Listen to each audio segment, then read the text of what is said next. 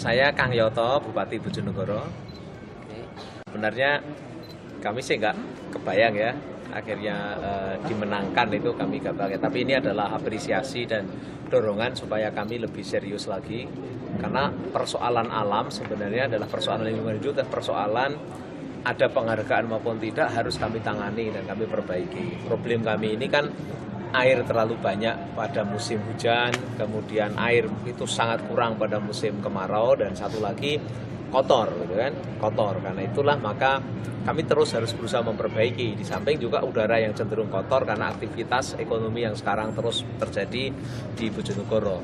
Mengapa air terlalu banyak? Karena 14 kabupaten itu kirimnya ke Bojonegoro, belum lagi karena ada hujan yang sangat lebat itu menjadi Bojonegoro kebanyakan karena dikirim 14 kabupaten yang lain. Nah, musim kemarau itu sangat kurang. Nah, karena itulah ini tantangan kami, bagaimana ketika air sangat banyak kami tetap bisa hidup dengan sehat. Kemudian bagaimana kekurangan air itu kemudian pelan-pelan bisa kita cukupi.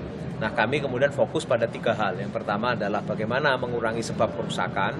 Yang kedua adalah memperbaiki kerusakan. Yang ketiga adalah meningkatkan kualitas hidup di Bojonegoro, kualitas lingkungan hidup di Bojonegoro.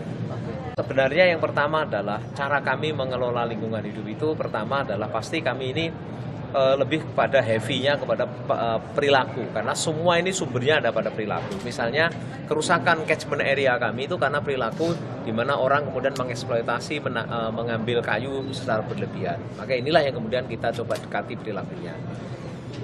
Persoalan dengan didekati legal, persoalan teknis ternyata tidak cukup gitu ya. Tapi juga ada persoalan teknis, misalnya jalan kami yang tadinya itu dibangun lewat aspal sekarang kita rubah menjadi paving, dan paving itu ternyata sangat cocok dengan alam dan lingkungan Bojonegoro.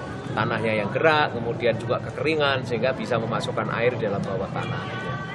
Masukan udah untuk pelaksanaan hijrah tahun mendatang, Pak? Saya kira yang saya tangkap bagus ya. Karena apa? Karena melalui proses yang sangat bertahap gitu ya, sangat bertahap.